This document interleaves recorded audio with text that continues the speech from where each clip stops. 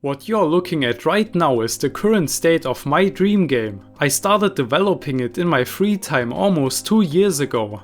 My idea was to make a 2-dimensional pixel art shooter and combine it with survival and tower defense elements to make things unique.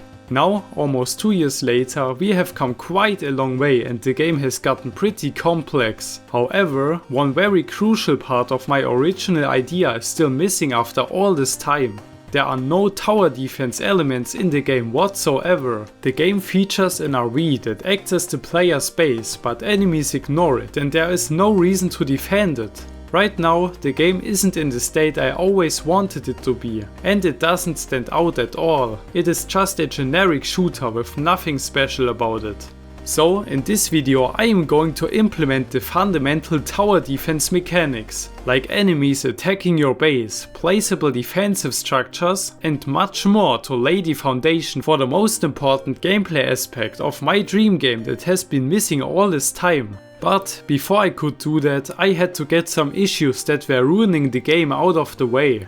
In the previous devlog I made the environment feel more alive by adding grass, plants and animals. However, I could only spawn so many environment objects before the FPS started dropping massively. So I had to write a shader to simulate the thousands of grass objects instead of using game objects and animations. It took me ages to figure things out because I had never really used shaders before, but now we can spawn loads of environmental objects without having to fear severe performance issues. And while you are looking at this beautiful scenery, make sure to subscribe and leave a like if you enjoyed watching so far to support the channel. Thank you. Another big issue was the current state of missions. You can win or lose missions, but neither of those outcomes had any impact on the gameplay so far. There wasn't a single reward for winning a mission or punishment for losing one.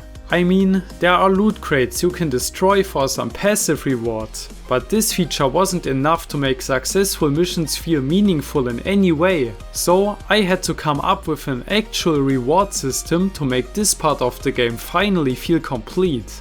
First of all, I added a simple window that appears when you start a mission, informing you about your objective as well as some story background. This instantly made missions feel more integrated into the game.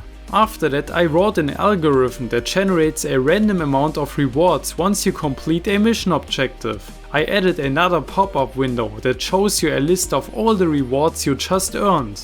But now you might ask, where are those rewards you are talking about? The player didn't get any new items. I simply made the reward items spawn in a crate item next to the RV in the player's home base. Now you can return to your RV after completing a mission objective, drive home and pick up your reward crate with all the items in it, without having to worry about limited inventory space. Thanks to this addition, completing missions now feels much more satisfying and meaningful. Lastly, I made the same mission summary window appear when you die during a mission. The game now even grants you a few rewards after dying, but those are much worse than the actual mission rewards. And with these issues out of the way, I could finally focus on integrating the desired tower defense elements.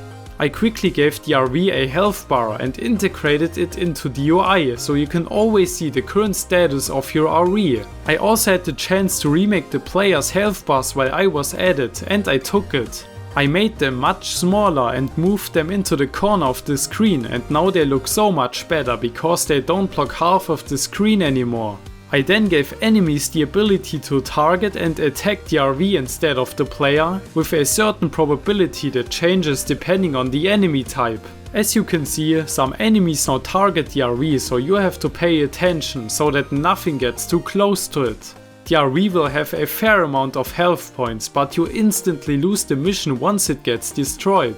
Right now there is no punishment when you lose a mission due to the RV being destroyed, but in the future I want to make this kind of defeat feel the most devastating. I want the RV to feel at least as important as the player, because it's supposed to be a tower defense game after all. Now that we have the RV finally acting as the heart of the missions and enemies attacking it, the game finally feels like a real tower defense game. However, one very important feature was still missing.